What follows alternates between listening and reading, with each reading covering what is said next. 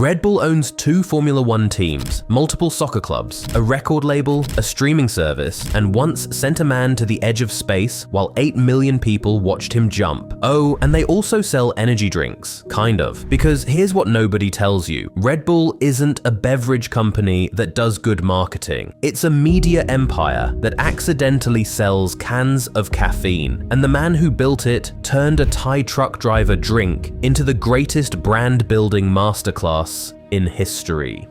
Let me show you how he did it.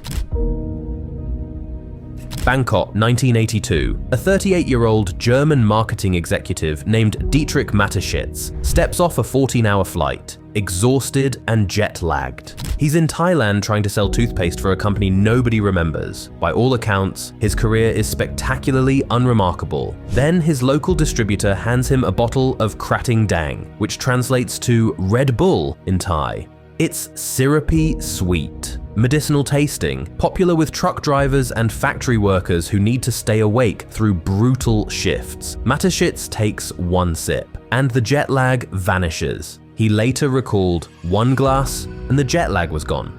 Most people would thank their host and forget about it, but Mateschitz became obsessed. On every trip to Bangkok, his first stop was buying bottles of this weird drink. Then he read something that changed everything. An article about how Taisho Pharmaceutical, maker of a similar drink called Lipovitan D, had become Japan's biggest taxpayer. That's when the light bulb exploded. This drink could work in Europe, not despite its terrible taste and weird packaging, but because of it. In 1984, at age 40, Mateschitz did something crazy. He quit his stable job and flew to Thailand with a proposal for Chaleo Yuvidya, the businessman who created Krating Daeng. The pitch was simple. Each would invest $500,000 and split ownership 49-49, with Chaleo's son holding 2%. Chaleo handles production. Mateschitz handles everything else. Then Mateschitz tried to raise outside funding. Every single investor laughed him out of the room. The drink tasted terrible. It cost 3 times more than Coke. The can was small and ugly. Market research firms said it would fail catastrophically. One consultant bluntly stated, "There is no market for Red Bull." Mateschitz's response, "There is no market for Red Bull, we will create one." And he did, but not in the way anyone expected.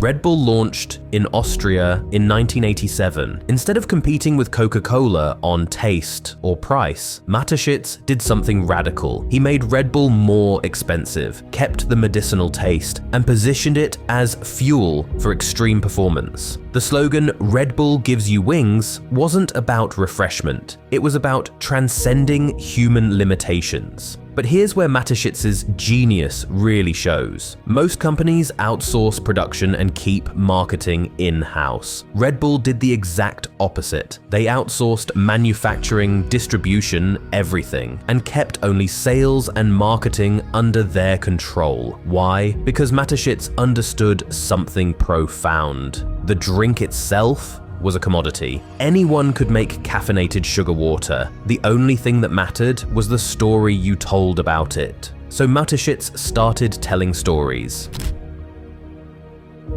Not through TV commercials, not through magazine ads, through events, athletes, and content that didn't feel like advertising at all. Red Bull began sponsoring extreme sports athletes, snowboarders, cliff divers, street racers, anyone doing something that seemed impossible. Then they started creating their own events. Red Bull Air Race, Red Bull Rampage, Red Bull Flugtag, thousands of events across every extreme sport imaginable. And here's the brilliant part. Red Bull owns all the media rights. They produce the content, film it, and then give it away for free to broadcasters and streaming platforms. Think about that. Most companies would charge millions for that content.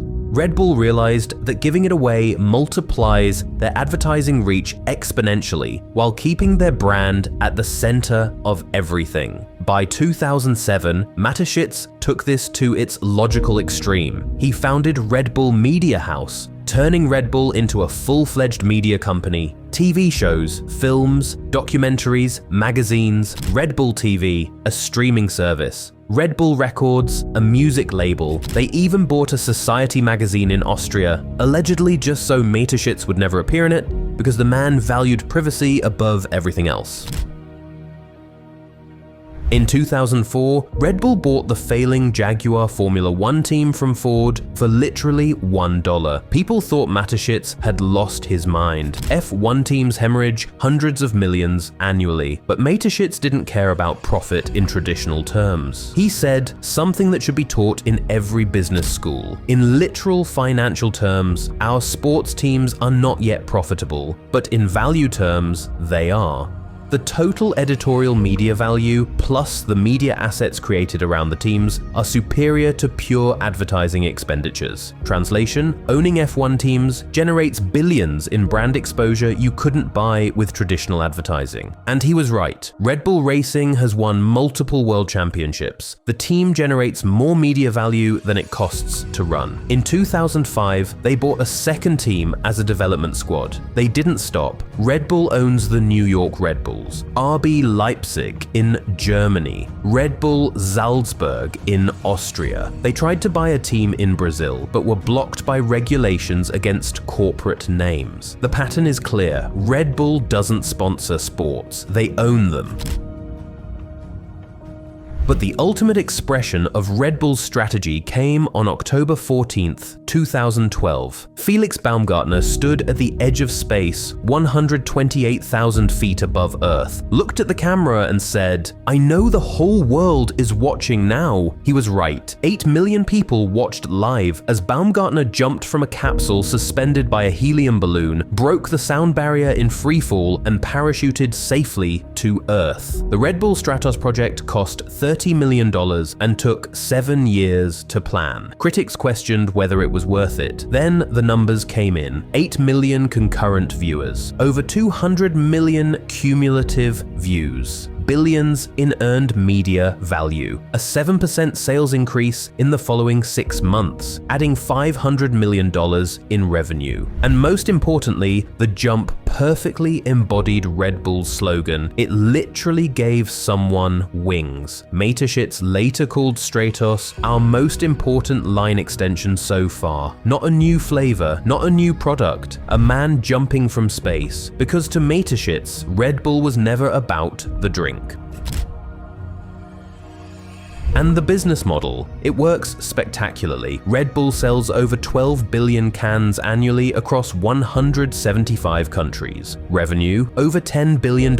They employ just 7,758 people, generating over $667,000 in revenue per employee, one of the highest ratios in any industry. Their profit margins are astronomical because they've outsourced everything except the valuable part, the brand. Today, Red Bull commands 43% of the $15 billion global energy drink market, despite costing more and tasting worse than competitors like Monster or Rockstar. Why? Because people aren't buying caffeine, they're buying association with the impossible, they're buying the story. Closing, the legacy. Dietrich Mateschitz died in October 2022 at age 78, worth $27.4 billion.